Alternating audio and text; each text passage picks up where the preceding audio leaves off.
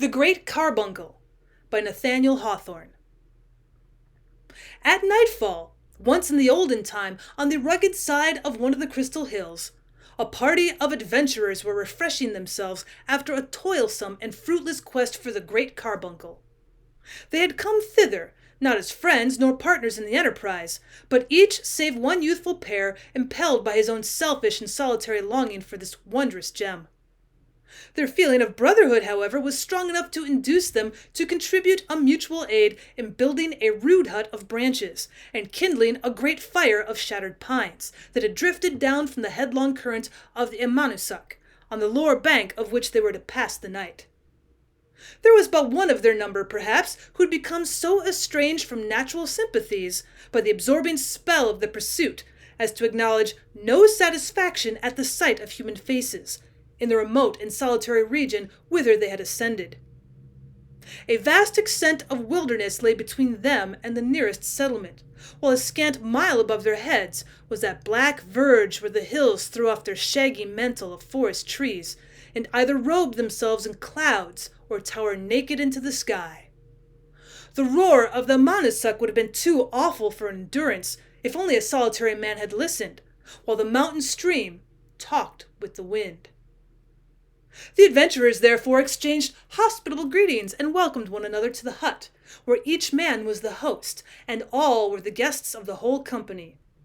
They spread their individual supplies of food on the flat surface of a rock, and partook of a general repast, at the close of which a sentiment of good fellowship was perceptible among the party, though repressed by the idea that the renewed search for the Great Carbuncle must make them strangers again in the morning. 7 men and 1 young woman, they warmed themselves together at the fire, which extended its bright wall along the whole front of their wigwam. As they observed the various and contrasted figures that made up the assemblage, each man looking like a caricature of himself in the unsteady light that flickered over him, they came mutually to the conclusion that an odder society had never met in the city or wilderness, on mountain or plain. The eldest of the group, a tall, lean, weather-beaten man some 60 years of age, was clad in the skins of wild animals, whose fashion of dress he did well to imitate, since the deer, the wolf, and the bear had long been his most intimate companions. He was one of those ill-fated mortals, such as the Indians told of, whom in their early youth the Great Carbuncle smote with a peculiar madness, and became the passionate dream of their existence. All who visited that region knew him as the Seeker, and by no other name. As none could remember when he first took up the search, there went a fable in the valley of the Saco for his inordinate lust after the Great Carbuncle. He had been condemned to wander among the mountains till the end of time, still with the same feverish hopes at sunrise, and the same despair at eve. Near this miserable seeker sat a little elderly personage wearing a high-crowned hat shaped somewhat like a crucible. He was from beyond the sea, a Dr. Cacophodal, who had wilted and dried himself into a mummy by continually stooping over charcoal furnaces and inhaling the unwholesome fumes during his researches in chemistry and alchemy. It was told of him, whether truly or not, that at the commencement of his studies he had drained his body of all its richest blood and wasted it, with other inestimable ingredients, in an unsuccessful experiment, and had never been a well man since. Another of the adventurers was the Master Ichabod Pigsnort, a weighty merchant and selectman of Boston, and an elder of the famous Mr. Norton's church. His enemies had a ridiculous story that Master Pigsnort was accustomed to spend a whole hour after prayer time every morning and evening in wallowing naked among an immense quantity of pine tree shillings, which were the earliest silver coinage of Massachusetts. The fourth, whom we shall notice, had no name that his companions knew of, and was chiefly distinguished by a sneer that always contorted his thin visage, and by a prodigious pair of spectacles, which were supposed to deform and discolor the whole face of nature, to this gentleman's perception. The fifth adventurer was likewise lacked a name, which was the greater pity, as he appeared to be a poet. He was a bright-eyed man, but woefully pined away, which was no more than natural, if, as some people affirmed, his ordinary diet was fog, morning mist, and a slice of the densest cloud within his reach, sauced with moonshine whenever he could get it. Certain it is that the poetry which flowed from him had a smack of all these dainties. The sixth of the party was a young man of haughty mien, and sat somewhat apart from the rest, wearing his plumed hat loftily among his elders, while the fire glittered on the rich embroidery of his dress, and gleamed intensely on the jeweled pommel of his sword. This was the Lord de Vere, who when at home was said to spend much of his time in the burial vault of his dead progenitors, rummaging their mouldy coffins in search of all the earthly pride and vainglory that was hidden among the bones and dust, so that besides his own share, he had the collected haughtiness of his whole line of ancestry. Lastly, there was a handsome youth in rustic garb, and by his side a blooming little person in whom a delicate shade of maiden reserve was just melting into the rich glow of a young wife's affection. Her name was Hannah, and her husband's Matthew. Two homely names, yet well enough adapted to the simple pair, who seemed strangely out of place among the whimsical fraternity whose wits had been set agog by the Great Carbuncle. Beneath the shelter of one hut, in the bright blaze of the same fire, sat this varied group of adventurers, all so intent upon a single object, that of whatever else they began to speak, their closing words were sure to be illuminated with the Great Carbuncle. Several related the circumstances that brought them thither. One had listened to a traveller's tale of this marvelous stone in his own distant country, and had immediately been seized with such a thirst for beholding it as could only be quenched in its intensest luster. Another so long ago as when the famous Captain Smith visited these coasts, had seen it blazing far at sea, and had felt no rest in all the intervening years till now that he took up the search. A third being encamped on a hunting expedition full 40 miles south of the White Mountains, awoke at midnight and beheld the Great Carbuncle gleaming like a meteor, so that the shadows of the trees fell backward from it.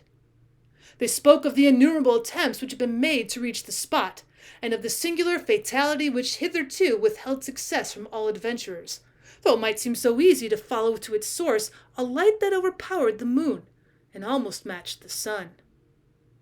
It was observable that each smiled scornfully at the madness of every other in anticipating better fortune than the past, yet nourished a scarcely hidden conviction that he would himself be the favored one. As if to allay their too sanguine hopes, they recurred to the Indian traditions that a spirit kept watch about the gem, and bewildered those who sought it, either by removing it from peak to peak of the higher hills, or by calling up a mist from the enchanted lake over which it hung. But these tales were deemed unworthy of credit, all professing to believe that the search had been baffled by want of sagacity or perseverance in the adventurers, or other such causes as might naturally obstruct the passage to any given point among the intricacies of forest, valley, and mountain. In a pause of the conversation, the wearer of the prodigious spectacles looked round upon the party, making each individual in turn the object of the sneer which invariably dwelt upon his countenance. "So, fellow pilgrims," said he, "here we are 7 wise men and 1 fair damsel, who doubtless is as wise as any greybeard of the company. Here we are, I say, all bound on the same goodly enterprise. Methinks now were it not amiss that each of us declare what he proposes to do with the Great Carbuncle, provided he have the good hap to clutch it. What says our friend in the bearskin? How mean you, good sir, to enjoy the prize which you've been seeking, the Lord knows how long, among the Crystal Hills?" "How enjoy it?" exclaimed the aged seeker bitterly. "I hope for no enjoyment from it. That folly has passed long ago. I keep up the search for this accursed stone because the vain ambition of my youth has become a fate upon me in old age. The pursuit alone is my strength, the energy of my soul and the warmth of my blood, and the pith and marrow of my bones. Were I to turn my back upon it, I should fall down dead on the hither side of the Notch, which is the gateway of this mountain region. Yet not to have wasted lifetime back again, I would give up my hopes of the Great Carbuncle. Having found it, I shall bear it to a certain cavern that I wot of, and there, grasping it in my arms, lie down and die, and keep it buried with me forever." "O wretch, regardless of the interests of science," cried Dr. Cacophodal with philosophic indignation, "thou art not worthy to behold, even from afar off, the luster of this most precious gem that was ever concocted in the laboratory of nature. Mine is the sole purpose for which a wise man may desire the possession of the Great Carbuncle. Immediately on obtaining it, for I have a presentiment, good people, that the prize, is reserved to crown my scientific reputation. I shall return to Europe and employ my remaining years in reducing it to its first elements. A portion of the stone will I grind to an impalpable powder. Other parts shall be dissolved in acids or whatever solvents will act upon so admirable a composition. The remainder I design to melt in the crucible or set on fire with the blowpipe. By these various methods I shall gain in accurate analysis, and finally bestow the result of my labors upon the world in a folio volume. Well, excellent, quoth the man with the spectacles. No need you hesitate, learned sir, on the account of the necessity destruction of the gem, since the perusal of your folio may teach every mother's son of us to concoct a great carbuncle of his own. But verily, said Master Ichabod Pigsnort, for mine own part, I object to the making of these counterfeits, as being calculated to reduce the marketable value of the true gem. I tell you frankly, sirs, I have an interest in keeping up the price. Here have I quitted my regular traffic, leaving my warehouse in the care of my clerks, and putting my credit to great hazard, and furthermore have put myself in peril of death or captivity by the accursed heathen savages, and all this without daring to ask the prayers of the congregation, because the quest for the great carbuncle is deemed little better than traffic with the evil one. Now think ye that I would have done this grievous wrong to my soul, body, reputation, and estate without a reasonable chance of profit? Well, not I, pious Master Pigsnort, said the man with the spectacles. I never laid such a great folly to thy charge. Well, truly I hope not, said the merchant. Now, as touching this great carbuncle, I am free to own that I have never had a glimpse of it. But be it only the 100th part so bright as people tell, it will surely outvalue the great mogul's best diamond, which he holds at an incalculable sum. Wherefore I am minded to put the great carbuncle on shipboard and voyage with it to England, France, and Spain, Italy, or the heathendom, if Providence should send me thither, and in a word dispose of the gem to the best bidder among the potentates of the earth, that he may place among his crown jewels. If any of ye have a wiser plan, let him expound it. That I have, thou sordid man, exclaimed the poet. Dost thou desire nothing brighter than gold that thou wouldst transmute in all this ethereal luster into such dross as thou wallowest in already? For myself, hiding the jewel under my cloak, I shall hie me back to my attic chamber in one of the darksome alleys of London. There night and day will I gaze upon it. My soul shall drink its radiance. It shall be diffused throughout my intellectual powers, and gleam brightly in every line of poesy that I indite. Thus, long ages after I'm gone, the splendor of the great carbuncle will blaze around my name. Well said, master poet, cried he of the spectacles. Hide it under thy cloak, sayest thou? Why, it will gleam through the holes and make thee look like a jack-o'-lantern. To think, ejaculated the Lord de Vere, rather to himself than his companions, the best of whom he held utterly unworthy of his intercourse. To think that a fellow in a tattered cloak should talk of conveying the great carbuncle to a garret in Grub Street. Have not I resolved within myself that the whole earth contains no fitter ornament for the great hall of my ancestral castle? There shall it flame for ages, making a noonday of midnight, glittering on the suits of armor, the banners, the escutcheons that hang around the wall, and keeping the bright memory of heroes. Wherefore of all other adventurers sought the prize in vain, but that I might win it, and make a symbol of glories of our lofty line.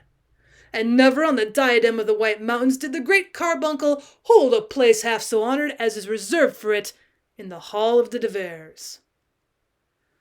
It is a noble thought, said the Cynic with an obsequious sneer. Yet I might presume to say so. The gem would make a rare sepulchral lamp, and would display the glories of your lordship's progenitors more truly in the ancestral vault than in the castle hall.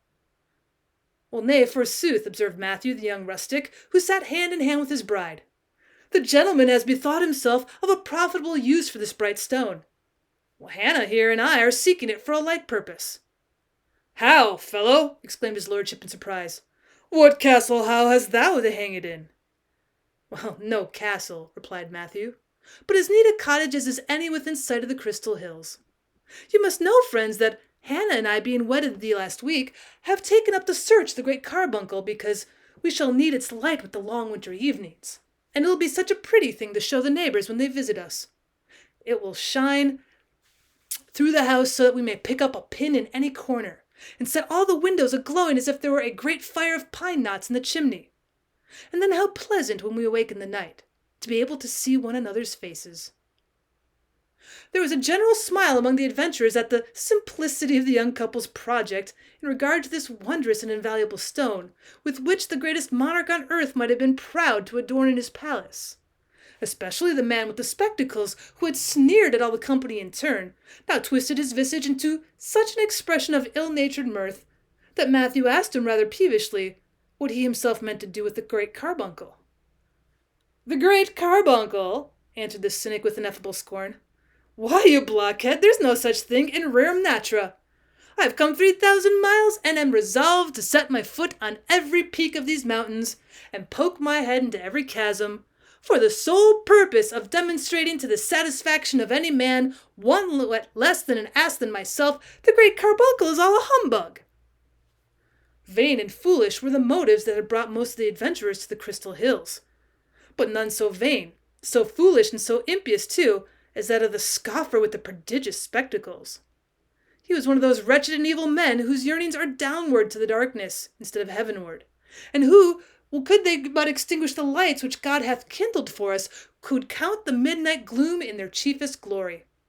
As the Cynic spoke, several of the party were startled by a gleam of red splendor that showed the huge shapes of the surrounding mountains and the rock-bestrewn bed of the turbulent river, with an illumination unlike that of their fire on the trunks and black boughs of the forest trees. They listened for the roll of thunder, but heard nothing, and were glad that the tempest came not near them. The stars, those dial points of heaven, now warned the adventurers to close their eyes on the blazing logs, and opened them in dreams to the glow of the Great Carbuncle. The young married couple had taken their lodgings in the farthest corner of the wigwam, and were separated from the rest of the party by a curtain of curiously woven twigs, such as might have hung in deep festoons around the bridal bower of Eve. The modest little wife had wrought this piece of tapestry while the other guests were talking. She and her husband fell asleep with hands tenderly clasped, and awoke from visions of unearthly radiance to meet the more blessed light of one another's eyes.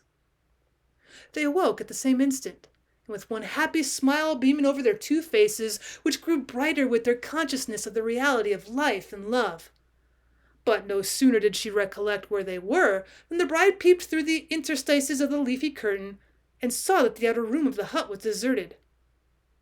"Up, dear Matthew," cried she in haste. "The strange folk are all gone. Up this very minute, or we shall lose the Great Carbuncle." In truth, so little did these poor young people deserve the mighty prize which had lured them thither, that they'd slept peacefully all night, until the summits of the hills were glittering with sunshine, while the other adventurers had tossed their limbs in feverish wakefulness, or dreamed of climbing precipices, and set off to realize their dreams with the earliest peep of dawn. But Matthew and Hannah, after their calm rest, were as light as two young deer, and merely stopped to say their prayers and wash themselves in the cold pool of the Amonasuk, and then to taste a morsel of food ere they turned their faces to the mountainside. It was a sweet emblem of conjugal affection as they toiled up their difficult ascent, gathering strength from the mutual aid which they afforded. After several little accidents, such as a torn robe, a lost shoe, and the entanglement of Hannah's hair in a bough, they reached the upper verge of the forest and were now to pursue a more adventurous course. The innumerable trunks and heavy foliage of the trees had hitherto shut in their thoughts, which now shrank affrighted from the region of wind and cloud and naked rocks and desolate sunshine that rose immeasurably above them. They gazed back at the obscure wilderness which they had traversed, and longed to be buried again in its depths rather than trust themselves to so vast and visible a solitude. "Shall we go on?" said Matthew, throwing his arm around Hannah's waist, both to protect her and to comfort his heart by drawing her close to it. But the little bride, simple as she was, had a woman's love of jewels, and could not forego the hope of possessing the very brightest in the world, in spite of the perils with which it must be won. "Let us climb a little higher," whispered she, yet tremulously, as she turned her face upward towards the lonely sky. "Come then," said Matthew, mustering his manly courage and drawing her along with him, for she became timid again the moment that he grew bold. And upward accordingly went the pilgrims of the Great Carbuncle, now treading upon the tops and thickly interwoven branches of dwarf pines, which by the growth of centuries, though mossy with age, had barely reached 3 feet in altitude. Next they came to masses and fragments of naked rock heaped confusedly together, like a cairn reared by giants in memory of a giant chief. In this bleak realm of upper air, nothing breathed, nothing grew. There was no life but what was concentrated in their 2 hearts. They'd climbed so high that nature herself seemed no longer to keep them company. She lingered beneath them within the verge of the forest trees and sent a farewell glance after her children as they strayed where her own green footprints had never been. But soon they were to be hidden from her eye. Densely and dark the mists began to gather below, casting black spots of shadow on the vast landscape, and sailing heavily to one center, as if the loftiest mountain peak had summoned a council of its kindred clouds. Finally, the vapors wielded themselves as it were into a mass, presenting the appearance of a pavement over which the wanderers might have trodden, but where they would vainly have sought an avenue to the blessed earth which they had lost. And the lovers yearned to behold that green earth again, more intensely, alas, than beneath a clouded sky they had ever desired a glimpse of heaven. They even felt it a relief to their desolation when the mists, creeping gradually up the mountain, concealed its lonely peak, and thus annihilated, at least for them, the whole region of visible space. But they drew closer together, with a fond and melancholy gaze, dreading lest the universal cloud should snatch them from each other's sight. Still, perhaps, they'd have been resolute to climb as far and as high between earth and heaven as they could find foothold, if Hannah's strength had not begun to fail, and with that, her courage also. Her breath grew short. She refused to burden her husband with her weight, but often tottered against his side and recovered herself each time by a feebler effort. At last she sank down on one of the rocky steps of the acclivity. "We are lost, dear Matthew," she said mournfully. "We shall never find our way to the earth again. And oh, how happy we might have been in our cottage." "Dear heart, we'll be yet happy there," answered Matthew. "Look in this direction. The sunshine penetrates the dismal mist. By its aid I can direct our course to the passage of the Notch. Let us go back, love, and dream no more of the Great Carbuncle." "The sun cannot be yonder," said Hannah with despondence. "By this time it must be noon. If there could ever be any sunshine here, it would come from above our heads." "But look," repeated Matthew in somewhat altered tone, "it is brightening every moment. If not sunshine, what can it be?" Nor could the young bride any longer deny that a radiance was breaking through the mist, and changing its dim hue to a dusky red, which continually grew more vivid as if brilliant particles were interfused with the gloom. Now also the cloud began to roll away from the mountain, while as it heavily withdrew, one object after another started out of its impenetrable obscurity into sight, with precisely the effect of a new creation, before the indistinctness of the old chaos that had been completely swallowed up. As the process went on, they saw the gleaming of water close at their feet, and found themselves on the very border of a mountain lake, deep, bright, clear, and calmly beautiful, spreading from brim to brim of a basin that had been scooped out of the solid rock. A ray of glory flashed across its surface.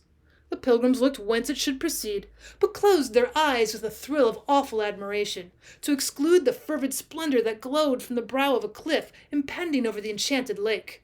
For the simple pair had reached that lake of mystery, and found the long-sought shrine of the Great Carbuncle. They threw their arms around each other and trembled at their own success, for as the legends of this wondrous gem rushed thick upon their memory, they felt themselves marked out by fate, and the consciousness was fearful. Often from childhood upward they'd seen it shining like a distant star, and now that star was throwing its intensest luster on their hearts. They seemed changed to one another's eyes in the red brilliancy that flamed upon their cheeks, while it lent the same fire to the lake, the rocks, and the sky, and to the mists which had rolled back before its power. But with their next glance they beheld an object that drew their attention even from the mighty stone. At the base of the cliff, directly beneath the Great Carbuncle, appeared the figure of a man, with his arms extended in the act of climbing, and his face turned upward as if to drink the full gush of splendor. But he stirred not, no more than if changed to marble. "It is the Seeker," whispered Hannah, convulsively grasping her husband's arm. "Matthew, he's dead." "The joy of success has killed him," replied Matthew, trembling violently. "Or perhaps the very light of the Great Carbuncle was death."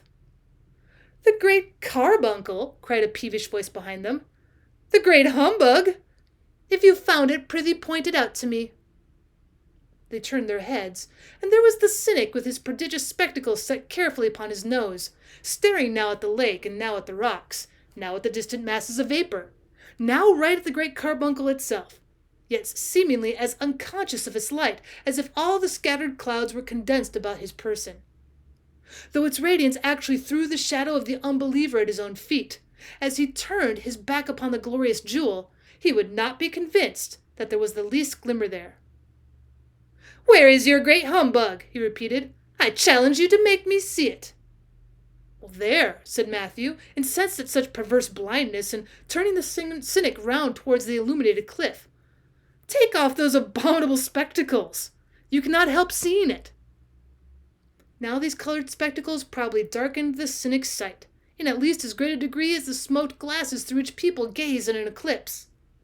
With resolute bravado, however, he snatched them from his nose and fixed a bold stare full upon the ruddy blaze of the Great Carbuncle. But scarcely had he encountered it than, with a deep shuddering groan, he dropped his head and pressed both hands across his miserable eyes. Thenceforth there was, in very truth, no light of the Great Carbuncle, nor any other light on earth, nor light of heaven itself for the poor Cynic. So long accustomed to view all objects through a medium that deprived him of every glimpse of brightness, a single flash of so glorious a phenomenon, striking upon his naked vision, had blinded him forever. "Matthew," said Hannah, clinging to him, "let us go hence." Matthew saw that she was faint, and kneeling down supported her in his arms while he threw some of the thrillingly cold water of the enchanted lake upon her face and bosom. It revived her, but could not renovate her courage. "Yes, dearest," cried Matthew, pressing her tremulous form to his breast. "We will go hence and return to our humble cottage. The blessed sunshine and the quiet moonlight shall come through our window. We will kindle the cheerful glow of our hearth at eventide, and be happy in its light. But never again will we desire more light than all the world may share with us." "No," said his bride, "for how could we live by day or sleep by night in this awful blaze of the Great Carbuncle?" Out of the hollow of their hands, they drank each a draught from the lake which presented them its waters uncontaminated by an earthly lip. Then, lending their guidance to the blinded Cynic, who uttered not a word, and even stifled his groans in his own most wretched heart, they began to descend the mountain. Yet as they left the shore till then untrodden of the Spirit's lake, they threw a farewell glance towards the cliff, and beheld the vapors gathering in dense volumes through which the gem burned duskily. As touching the other pilgrims of the Great Carbuncle, the legend goes on to tell that the worshipful Master Ichabod Pigsnort soon gave up the quest as a desperate speculation, and wisely resolved to betake himself again to his warehouse near the town dock in Boston. But as he passed through the notch of the mountains, a war party of Indians captured our unlucky merchant and carried him to Montreal, there holding him in bondage till, by the payment of a heavy ransom, he had woefully subtracted from his hoard of pine tree shillings. By his long absence, moreover, his affairs had become so disordered that for the rest of his life, instead of wallowing in silver, he had seldom a sixpence worth of copper. Dr. Cacophodel, the alchemist, returned to his laboratory with a prodigious fragment of granite, which he ground to powder, dissolved in acids, melted in the crucible, and burned with the blowpipe, and published the result of his experiments in one of the heaviest folios of the day. And for all these purposes the gem itself could not have answered better than the granite. The poet, by somewhat similar mistake, made prize of a great piece of ice, which he found in the sunless chasm of the mountains, and swore it corresponded in all points with his idea of the Great Carbuncle. The critics say that if his poetry lacked the splendor of the gem, it retained all the coldness of the ice. The Lord de Vere went back to his ancestral hall, where he contented himself with a wax-lighted chandelier, and filled in due course of time another coffin in the ancestral vault. As the funeral torches gleamed within that dark receptacle, there was no need of the Great Carbuncle to show the vanity of earthly pomp. The Cynic, having cast aside his spectacles, wandered about the world a miserable object, and was punished with an agonizing desire for light, for the wilful blindness of his former life. The whole night long he would lift his splendor-blasted orbs to the moon and the stars. He turned his face eastward at sunrise as duly as a Persian idolater. He made a pilgrimage to Rome to witness the magnificent illumination of St. Peter's Church, and finally perished in the great fire of London, into the midst of which he had thrust himself with the desperate idea of catching one feeble ray from the blaze that was kindling earth and heaven. Matthew and his bride spent many peaceful years, and were fond of telling the legend of the Great Carbuncle. The tale, however, towards the close of their lengthened lives, did not meet with the full credence that had been accorded to it by those who remembered the ancient luster of the gem. For it's affirmed that from the hour when the two mortals had shown themselves so simply wise as to reject a jewel which would have dimmed all earthly things, its splendor waned. When other pilgrims reached the cliff, they found only an opaque stone, with particles of mica glittering on its surface. There's also a tradition that as the youthful pair departed, the gem was loosened from the forehead of the cliff and fell into the enchanted lake, and that at noontide the seeker's form may still be seen to bend over its quenchless gleam. Some few believe that this inestimable stone is blazing as of old, and say that they have caught its radiance like a flash of summer lightning far down the valley of the Saco. And be it owned that many a mile from the Crystal Hills, I saw a wondrous light around the summits, and was lured by the faith of Posey to be the latest pilgrim of the Great Carbuncle.